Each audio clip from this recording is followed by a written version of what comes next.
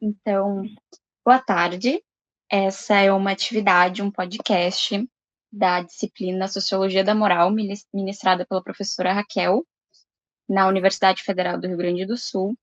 Meu nome é Fernanda Vargas Meu nome é Henrique Reis. E meu nome é Flora Kuplis. e o podcast ele vai tratar principalmente sobre a relação entre moral, povos indígenas, sociedade e natureza. Bom, então, acho que para começar primeiro o debate, é importante contextualizar um pouco de como começou essa discussão e o que vem se discutindo na agenda sociológica sobre essa separação entre a sociedade, a natureza, os povos indígenas, enfim. Então, durante os anos 70, as questões sobre políticas ambientais e principalmente as discussões acerca das mudanças do clima, elas começaram a ficar muito, muito presentes no debate público, né? Então começou a se pensar também nas mudanças climáticas e nas mudanças do clima e não mais apenas no desenvolvimento, ainda que essa fosse uma questão muito trabalhada e muito presente. E é aí que começa o que a gente chama de institucionalização do debate público da questão ambiental no Brasil. E aí, nesse momento, que a gente começa a se questionar, principalmente a relação entre a sociedade, entre a natureza e entre o ambiente. E se questionar, sobretudo, se as fronteiras entre essas categorias são bem delimitadas. E aí, a partir da literatura, que vem se produzindo desde esse tempo e dos vários debates e controvérsias, a gente percebe que, na verdade, essas fronteiras elas não são bem delimitadas até hoje. E aí, para guiar um pouco a nossa discussão, eu acho que é importante a gente partir do ponto, então, de que existe sociedades e naturezas. E a partir dessa concepção, então, de que existe mais de uma sociedade, mais de um tipo de sociedade, mais de uma natureza, a gente pode se perguntar se na sociedade que existe hoje, que a gente acha que é una, existe algo que os humanos façam que não seja também natureza. Então, tem algo na nossa sociedade que não tem natureza, se, se esses aparelhos que a gente está usando para gravar esse podcast, ou se, enfim, a caneta que a gente usa, ela também não vem de uma natureza, ou ela também não faz parte de uma natureza, apesar de que a nossa moral e as nossas concepções da nossa sociedade dizer que não, acho que essa é a questão principal. E aí, para pensar isso, eu acho que a gente deve principalmente desnaturalizar essa separação entre as categorias de sociedade e natureza. E aí, para entender isso, eu acho que é importante pensar que existem diferentes formas de separar, de denominar e de delimitar essa separação. Ou seja, existem muitas sociedades e muitas formas de pensar e viver o social, e como esse pensar e viver social são definidos dentro dessa natureza. E aí, por isso, justamente, as diferentes sociedades e diferentes naturezas, porque tudo isso está construído a partir de diferentes epistemologias, que são diferentes saberes e diferentes conhecimentos e diferentes formas de enxergar o mundo em que a gente está inserido. Então, aqui nessa lógica de separação, a gente está falando de uma lógica que tira o ser humano da natureza.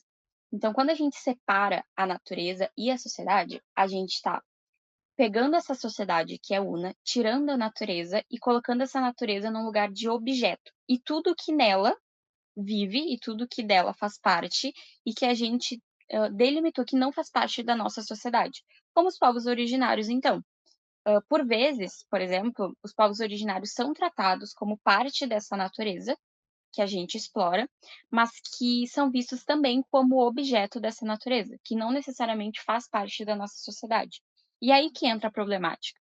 A sociedade, ela faz parte dessa natureza, ou seja, desse ambiente, dessas coisas que a gente cria, dessas epistemologias, ou de fato existe essa separação entre a sociedade, entre a natureza e entre esse ambiente que a gente está inserido. Então, nesse sentido de ambiente, sociedade e natureza, a gente vai consolidar o que a gente chama de questão ambiental, que é quando o ambiente, que é justamente essa relação entre sociedade e natureza, vira uma questão ambiental que é a institucionalização do debate público dessa relação da sociedade e natureza no ambiente. E aí vai entrar, então, alguns debates dentro da sociologia ambiental. E na sociologia ambiental, assim como qualquer outra agenda sociológica, é atravessada por diversas controvérsias, diversas disputas e diversas narrativas. E nesse quesito da separação sociedade e natureza, o debate da sociologia ambiental ele é centrado principalmente na disputa entre os realistas e os construtivistas. Que aqui, muito resumidamente, mas que, enfim, tem muita literatura sobre, os realistas defendem a existência objetiva os problemas ambientais, independentes de como eles são percebidos, e os construtivistas, eles defendem uma postura que enfatiza como se define os problemas ambientais para diferentes públicos. E aí toda essa problemática, ela acarreta na discussão acerca de quem deve ou não resolver esses problemas ambientais. E é aí que a gente chega nos povos indígenas e na obrigação que é colocada nesses povos e sobre esses diferentes conhecimentos, que por muitas vezes são rejeitados nessa sociedade una, mas que quando algo dá errado, essa obrigação de salvar a natureza é imposta aos povos indígenas. Aí tem um conceito que é muito trabalhado nessa discussão, que é a ecogovernabilidade, que é a combinação de estruturas institucionais e processos participativos para definir políticas públicas que considerem temas globais. E aí essa lógica governamental, ela está muito pautada nessa visão colonialista e nessa visão europeia de que existe só uma sociedade, de que todo o resto é objeto, de que quando as coisas dão errado, todos nós devemos nos juntar para fazer o melhor, como a COP, por exemplo, 29, que aconteceu agora no final do ano passado, que teve justamente esse discurso, né, de que, bom, precisamos lutar contra as mudanças climáticas e precisamos lutar juntos, né? Todos precisamos ajudar, mas que na hora de explorar, então nós vamos explorar uns aos outros, né? E aí a gente tem aquela lógica conhecida de que os países dominantes, né, e desenvolvidos exploram os países periféricos e tudo aquilo que a gente sabe. Essa lógica também acontece com os povos indígenas, né, e com a natureza, de colocar esses povos como objeto, mas que quando as coisas dão errado, a gente impõe essa obrigação a esses povos de que, bom, eles precisam saber como salvar a natureza e como salvar o planeta. E aí tudo isso está também baseado e vem bastante de uma ideia, né, que começou ali nos anos 90, enfim, quando se constituiu a ideia de que a gente precisava justamente se preocupar também com o meio ambiente e não só com esse desenvolvimento. E tudo isso faz parte de um contexto histórico muito específico do Brasil naquele momento, onde a gente vai ter, por exemplo, o Collor, né, depois da ditadura, onde ele vai fazer essa clivagem entre a esquerda e a direita no ambientalismo. Então, a gente vai ter a Rio 92, que vai tratar dessas legislações ambientais no país, e a gente vai tratar também dessas diferentes categorias de preservação. Mas eu acho que nesse âmbito começa também a discussão e o questionamento sobre o dito bom selvagem, né? Esse termo ele é muito conhecido, principalmente na política clássica, onde lá nos primeiros debates a gente então conhece, né? E tem aquela questão central: se os homens nascem bons ou se eles são corrompidos, ou se eles nascem maus e são aí disciplinados. E essa questão do bom selvagem, se os homens nascem bons ou nascem maus, tem muito a ver com isso, porque essa é uma visão que molda muito toda essa relação entre sociedade e natureza, que é uma visão colonial, né, que a gente sabe que quando os colonizadores chegaram aqui na América, eles tinham essa visão de que esse discurso, né, de que, bom, então a gente precisa domesticar esses povos, que eles são bons e inocentes, diferentemente, por exemplo, do discurso que eles tinham com os povos negros escravizados, né, enfim, a gente tem todo esse contexto histórico da colonização da América, de que esse discurso do bom selvagem, onde ele sabe tudo, onde ele é uma pessoa boa, só que ele é uma pessoa inocente. E aí, com esse discurso, vai se criando imaginários e vai se criando disputas de narrativas, mas principalmente se criando poder.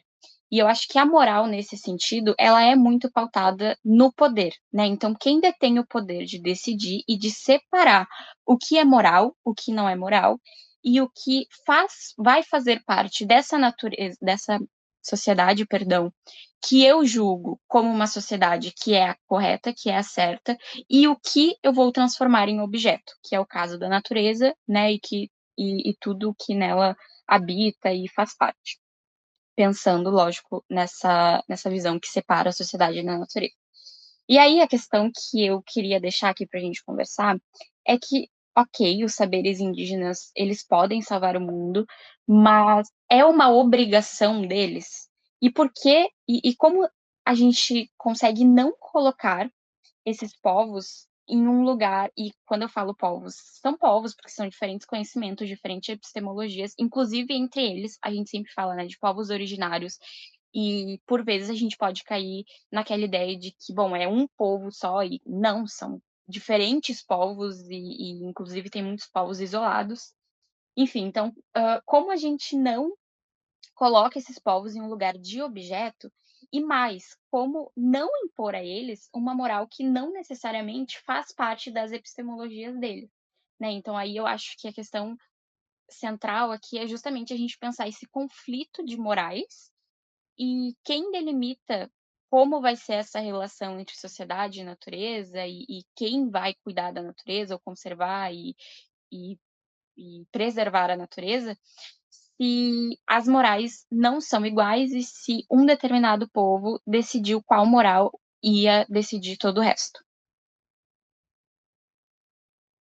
Bom, e ampliando então esse debate, eu acho que quando a gente está falando sobre a relação que esses povos indígenas têm com a natureza, tem algumas questões que estão sempre presentes nesse debate, que é a gente pensar essa relação da natureza que eles têm como algo sagrado, né?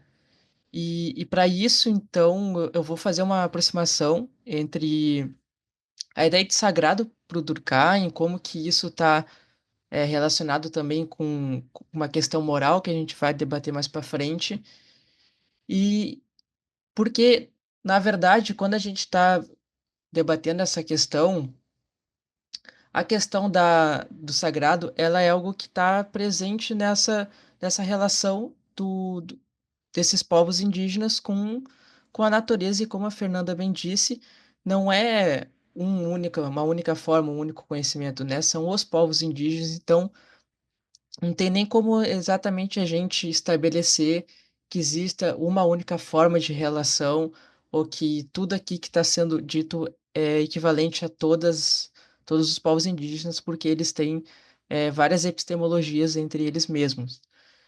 Mas então, o Durkheim, para ele, né, a religião, ela é esse sistema que é uma solidariedade de crenças e práticas que tem essa relação com o sagrado. E são quando essas crenças e práticas são interrompidas que elas se unem dentro de uma mesma comunidade moral. E aí, nesse sentido, a gente pode ver, por exemplo, no caso de uma igreja, por exemplo, que tem, né, essa junção de crenças e práticas e que está dentro dessa comunidade moral, né, dessa ideia que está entre, que rege, de uma certa forma, aquelas crenças e práticas. Então, as pessoas que estão ali envolvidas naquela prática, ou dentro daquela ideia, elas têm que estar têm que compartilhar de um mesmo preceito moral. E o Durkheim também ele vai dizer que todas as crenças religiosas que a gente conhece, sejam elas simples ou complexas, elas têm uma mesma característica em comum. E essa característica comum é a suposição de uma classificação das coisas que o ser humano representa para ele mesmo. Então, sejam elas reais ou ideais, né? Em dois gêneros opostos. E aí, isso, em outras palavras, é o que a gente pode traduzir ou entender pela ideia de profano e sagrado. E a ideia que diferencia do pensamento religioso é a divisão do mundo em dois domínios, né? Que é um que compreende tudo que é sagrado e outro que é tudo que compreende o que é profano. Então tem esses dois polos que são separados, mas que compõem, né, essa divisão desses dois mundos dentro dos pensamentos religiosos, sejam eles quais que sejam. E aí, nesse sentido, que crenças, mitos, ele até dá exemplo como alguns seres mitológicos, como gnomos, que é o exemplo que ele traz é, mais especificamente, mas a gente pode ampliar isso para qualquer outro exemplo, até mesmo lendas, isso são o que ele chama de sistemas de representações, que é o que exprime a natureza das coisas sagradas. Então é isso que, de uma certa forma, são através dessas crenças, desses mitos, dessas representações, sejam elas simbólicas ou materiais, que vai representar a natureza daquilo que é entendido por sagrado para as religiões. E para ele, os ritos são as regras de conduta que estabelecem a maneira como os seres humanos devem se comportar com as coisas sagradas.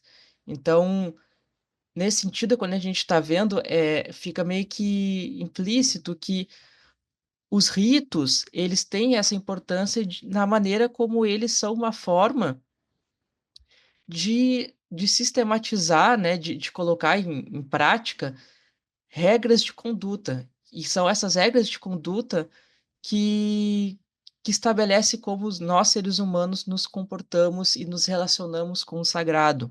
E aí o rito, ele é a manifestação dessa forma de se comportar, nesse sentido, né? E ainda segundo Durkheim, ele vai pensar que o sagrado, ele não se encontra na forma individual, mas sim no coletivo. Tá passando um avião aqui agora, né? Vocês conseguem ouvir o avião? Eu não tinha ouvido. Eu vou Nem eu. esperar passar e eu continuo. Tá.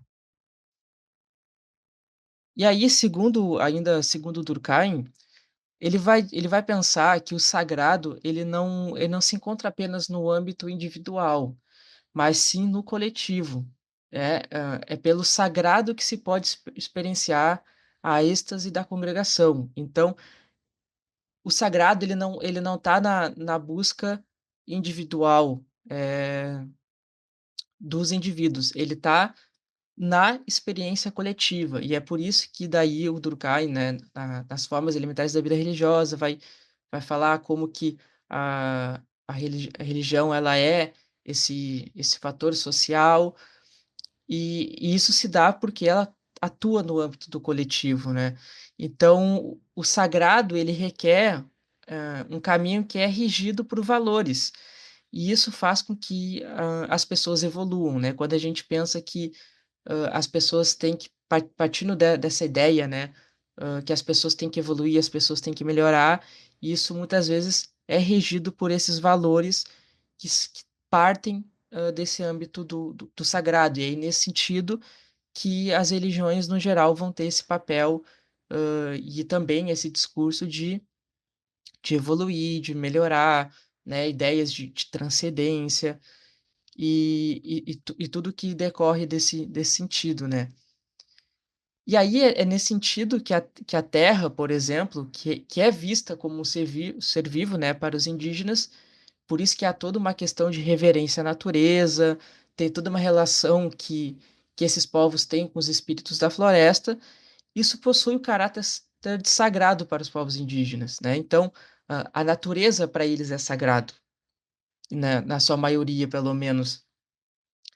E aí são através desses ritos onde há essa conduta de comportamento e também de respeito com o sagrado que os povos indígenas concebem o seu mundo e também seus momentos importantes, né, como ritos de passagem.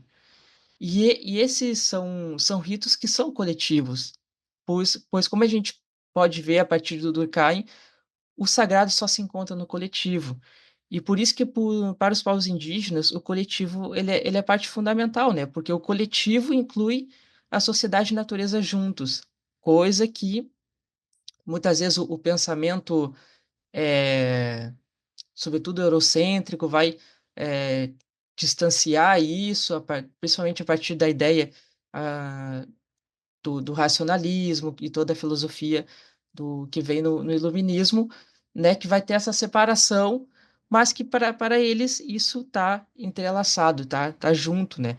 E não só a sociedade e a natureza, mas também como todos os seres vivos que compõem a natureza. E essa relação a gente pode ver como que esse sagrado, né, a partir dessa leitura de Durkheim sobre sagrado, que a gente pode fazer essa aproximação como que a natureza e todos os ritos indígenas, todas as manifestações espirituais e religiosas deles, como que isso é uma representação desse sagrado que dita, né, toda uma estrutura dos valores que as comunidades indígenas carregam sobre todo o conhecimento que depois é transmitido oralmente e que carregam esses valores que também, de uma certa forma, não são apenas valores espirituais, são valores morais, de uma certa forma. Acho que essas duas junções entre valores morais e espirituais, nesse caso indígena, eu acho que dá para ter um ponto de conexão. Então, para concluir o que meus colegas falaram sobre essa discussão de sociedade e natureza, eu trouxe aqui a explicação de um conceito chave para o pensador Durkheim e que está no mesmo livro que consta o conceito de sagrado que o meu colega Henrique explicou, que é o conceito de moral. A moral oferece um parâmetro inicial assim para pensarmos a questão de como devemos agir. O Durkheim foi o primeiro a formular explicitamente o termo sociologia da moral e a focar muito da sua obra na questão da moral. E para ele, para o Durkheim, a moral sempre foi e sempre vai ser uma construção sociológica. A moral, para o Durkheim, é formada a partir de dois aspectos, um externo e um interno. O aspecto interno é imperativo, porque ele aparece para as pessoas como um dever, como uma regra. E esse dever cria um mundo comum para as pessoas e estabelece limitações para as ações de cada pessoa. E esse aspecto da moral, o aspecto do dever, deriva da tradição filosófica deontológica, que o principal pensador era o Immanuel Kant. E essa moral como dever representa uma ação prescrita. Por ser uma criação social, a moral também soa como um constrangimento à pessoa, porque as regras não coincidem totalmente com a sua vontade. Então, as pessoas têm que respeitar a regra e elas têm que fazer isso porque elas têm que fazer isso, mas não necessariamente elas concordam com isso. Os seres humanos desenvolvem uma capacidade para agir segundo essas regras. E essa capacidade o Durkheim chama de espírito de disciplina. Então, é a partir dessa capacidade que a gente reconhece a autoridade de quem enuncia a regra e respeita essa autoridade. E também os rituais servem para isso, servem para formar esse espírito de disciplina nas pessoas e eles regulamentam como a gente deve nos comportar em cada situação e por causa disso, eles geram certo amparo social, porque as pessoas não precisam inventar como elas devem agir, elas simplesmente agem de acordo com a forma que o grupo historicamente age. O dever possui duas características, e elas são obrigatoriedade e regularidade.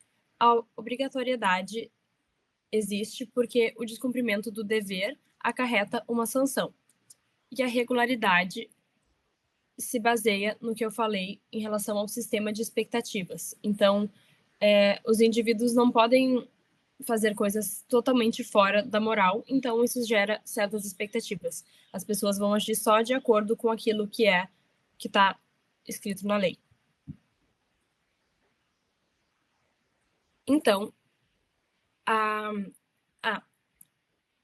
tá, isso depois a gente corta. Mas em relação à obrigatoriedade e à regularidade, isso gera isso explica por que todo desvio em relação à regra gera um distúrbio ou uma perturbação social, porque é uma coisa totalmente fora do que as pessoas as pessoas têm expectativas em relação a alguma coisa.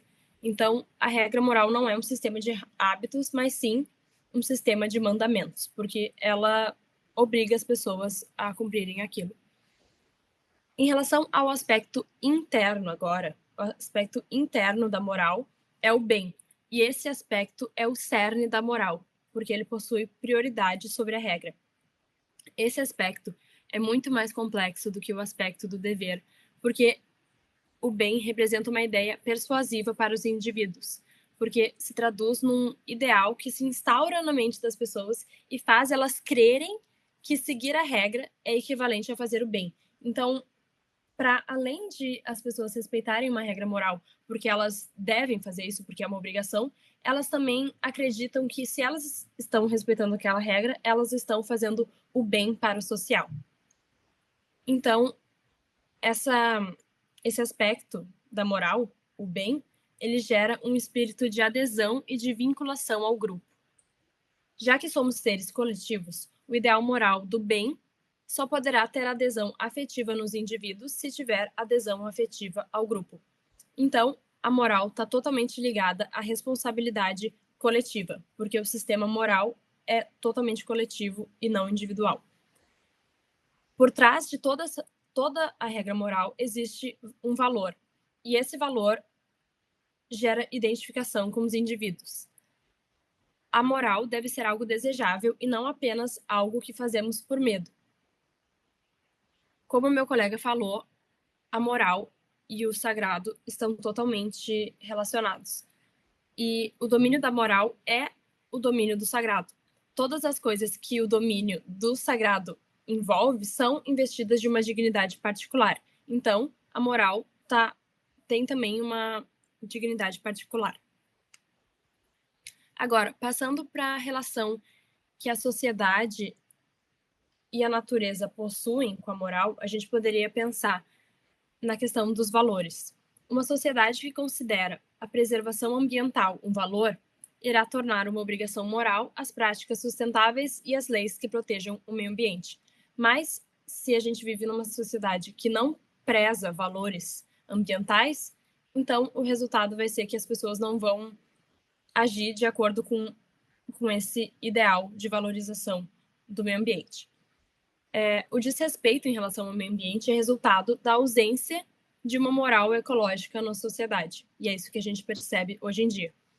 As mudanças nas atitudes em relação ao meio ambiente não derivam da nossa conexão natural com a Terra ou alguma coisa nesse sentido, em relação ao todo, né? Talvez em alguma sociedade tradicional seja assim, mas na sociedade como um todo, a gente vê que não é assim. E sim, essas mudanças nas atitudes em relação ao meio ambiente derivam da evolução social da moral.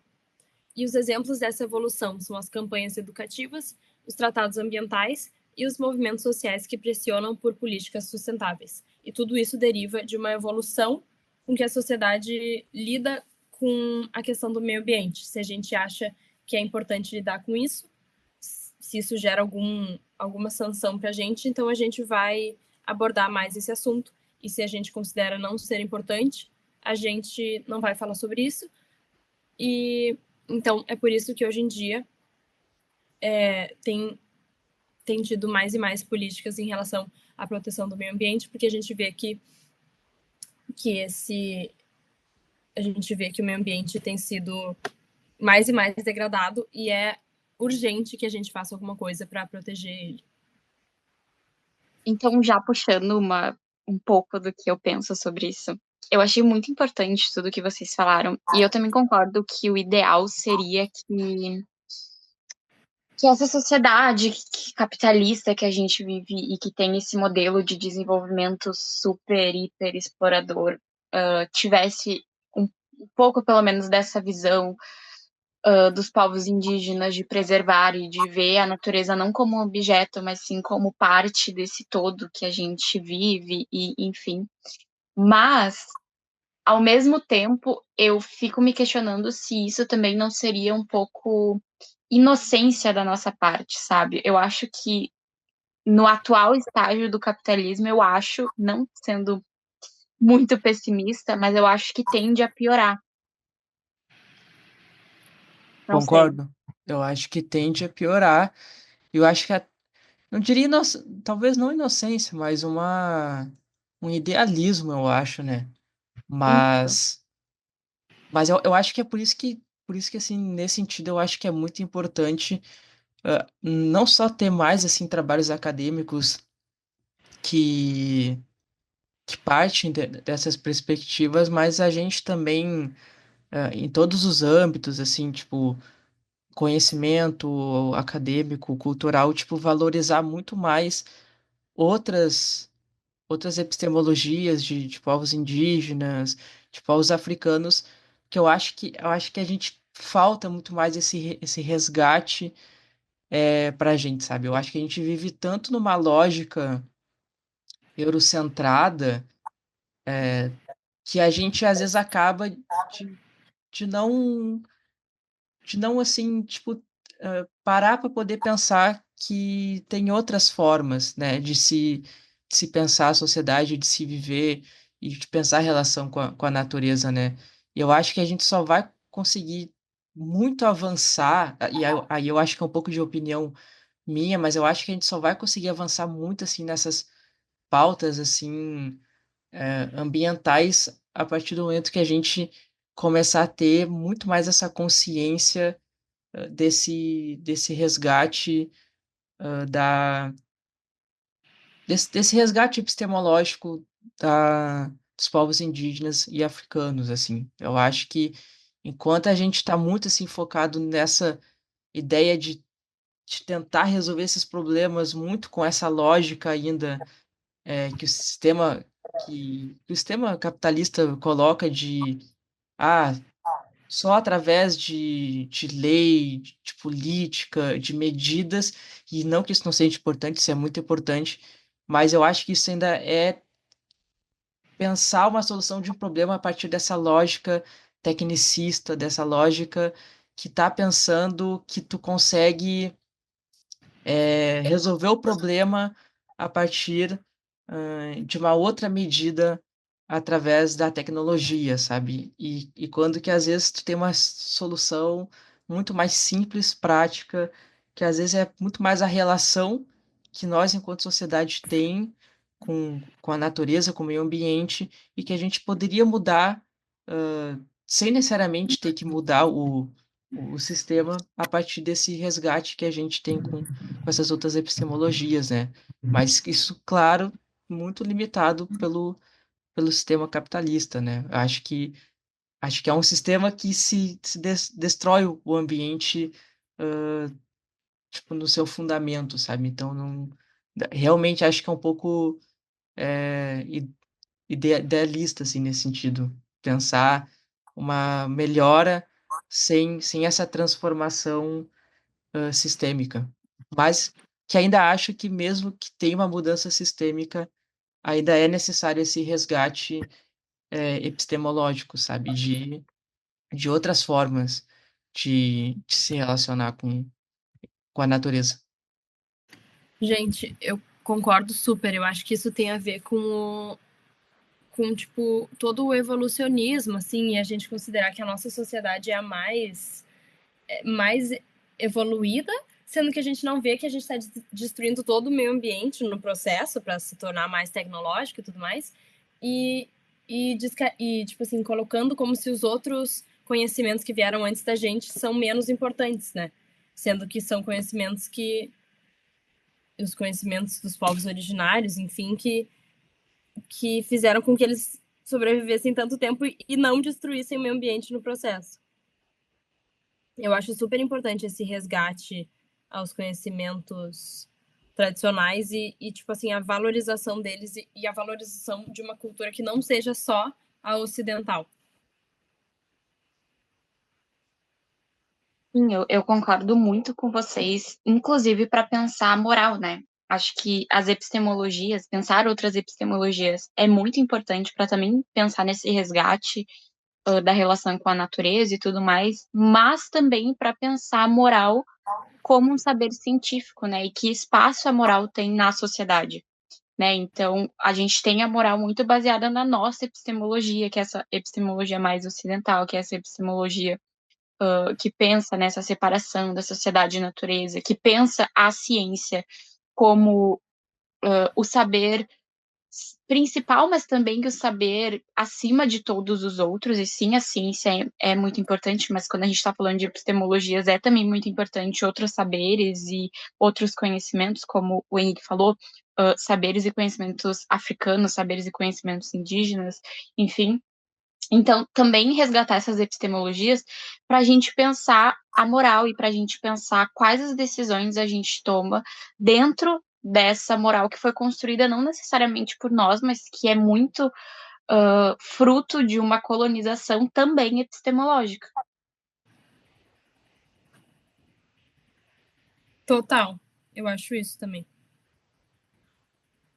Sim, e até porque isso que tu falou dessa colonização epistemológica, eu acho que ela fundamenta muito, assim, a nossa sociedade, né? E como que a gente encara certos problemas, né?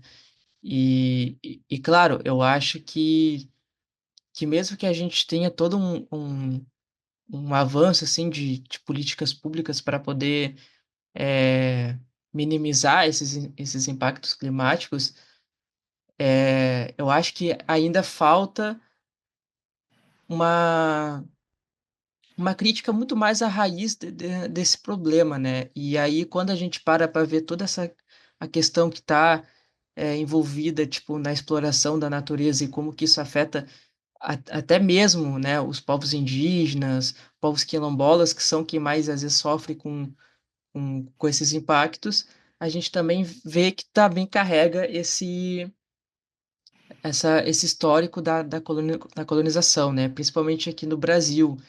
Então, tipo, para mim, assim, eu acho que esse resgate que a gente faz de trazer essa perspectiva de como que a natureza é tratada, é vista por povos indígenas, ou como ela é vista e pensada por povos africanos, como que isso tem esse caráter sagrado e como que isso atravessa questões morais, eu acho que é até uma forma da gente mostrar outras formas de pensar que que acaba se perdendo nesse processo de colonização, né? Não só da Terra, né? Mas também essa colonização epistemológica. Então, eu acho que esse resgate ele é fundamental assim para poder pensar esse processo.